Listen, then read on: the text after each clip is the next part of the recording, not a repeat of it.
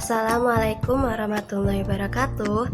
Kembali lagi dengan saya Anita Khairinada. Pada video kali ini saya akan menjawab pertanyaan UTS yang diberikan oleh Bapak dosen Irfai selaku dosen mata kuliah Keterampilan Berbahasa Indonesia. Langsung saja kita lihat pertanyaan yang pertama.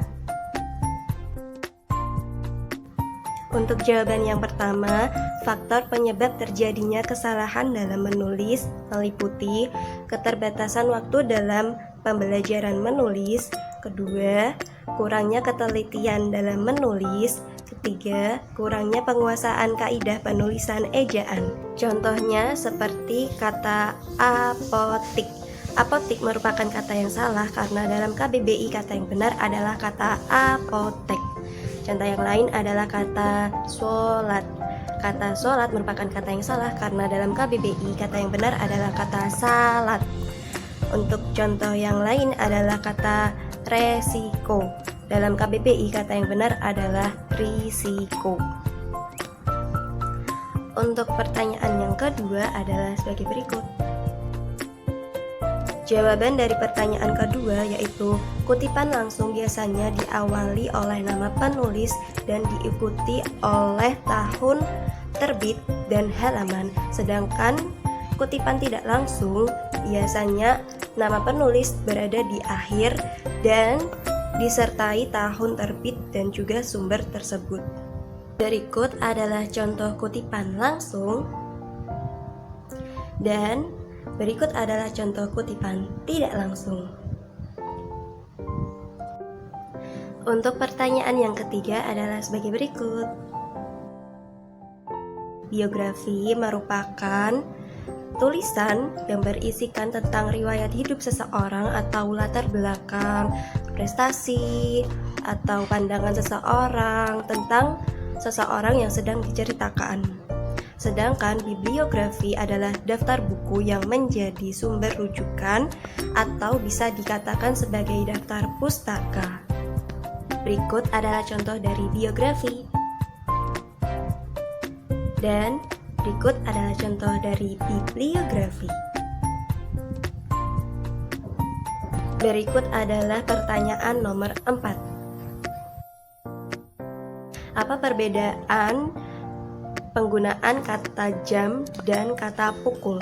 Kata jam biasanya dipakai sebagai benda penunjuk waktu atau seperti arloji dan biasanya juga dipakai sebagai durasi rentang waktu. Sedangkan kata pukul biasanya menunjukkan waktu dan kata pukul biasanya lebih sering digunakan dalam acara formal seperti undangan atau ke tempat-tempat yang lebih formal seperti itu. Berikut adalah contoh penggunaan kata jam dan juga berikut adalah contoh penggunaan kata pukul. Berikut adalah nomor 5. Bunyi memiliki kaitan dengan bahasa apabila dihasilkan oleh alat ucap manusia berupa bibir atau mulut. Jadi bahasa yang diucapkan manusia dapat diwujudkan berupa bunyi. Kaitannya bunyi dengan bahasa yaitu bunyi merupakan sarana komunikasi dalam penyampaian bahasa secara lisan. Ada 3 faktor pembentukan bunyi bahasa yaitu 1. Sumber tenaga, 2. Alat ucap manusia getaran, yang ketiga rongga pengubah getaran. Berikut adalah pertanyaan nomor 6. Kesalahan penulisan tanda koma biasanya disebabkan karena 1. Lingkungan tempat tinggal siswa, yang kedua rendahnya minat baca siswa, yang ketiga sikap kurang peduli siswa terhadap penggunaan bahasa Indonesia yang baik dan benar, yang keempat karena pengaruh bahasa ibu terhadap bahasa kedua, yang kelima kompetensi bahasa Indonesia siswa yang rendah. Berikut merupakan kesalahan dan pembenaran penggunaan tanda koma.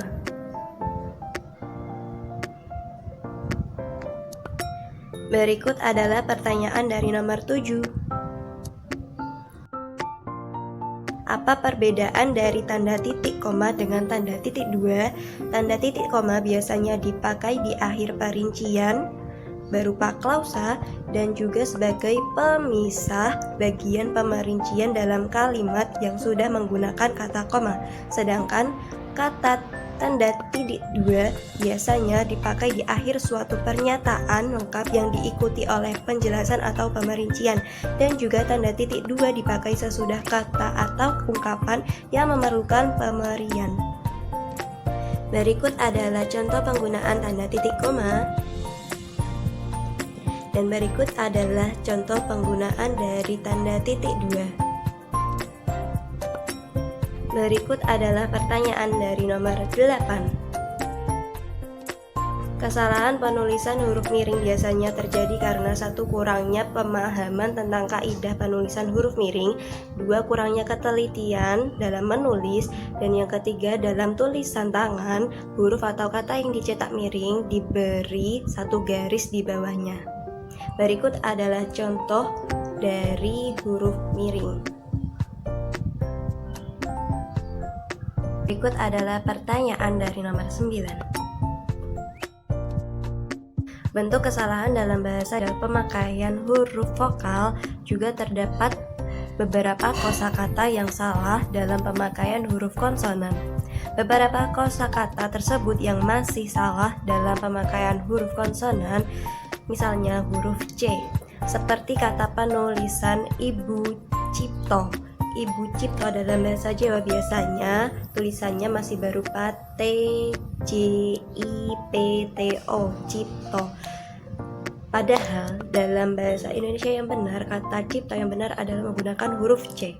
Karena dalam frasa tersebut masih menggunakan ejaan lama, kata tersebut menjadi benar sesuai dengan ejaan bahasa disempurnakan jika kata tersebut ditulis dengan kata huruf Ibu Cipto menggunakan kata C.